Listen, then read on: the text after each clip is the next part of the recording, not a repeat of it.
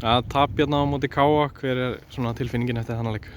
Bara eins og alltaf, vonbrigði að tapa en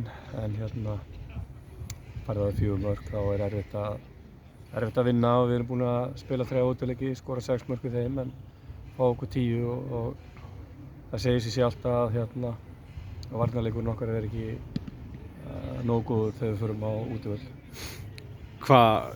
Hvernig stendur á því? Það er góð spurning, það er það sem við þurfum að finna út og við erum svolítið bara sjálfum okkur verstir og við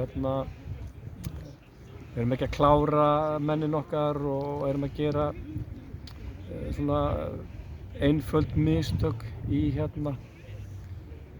varnarleikunum en mér fannst við í þessu leik vorum við fyrstu 35 mínútur og höfum við góð tök á leiknum og spiluðum vel en mistum þau aðeins í lokin og þeir skoruðu mark og það hjálpaði mér í framhaldinu.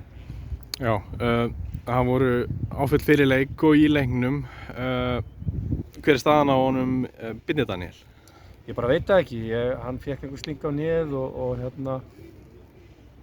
þurfum bara að skoða það en vonandi er það ekki mikið.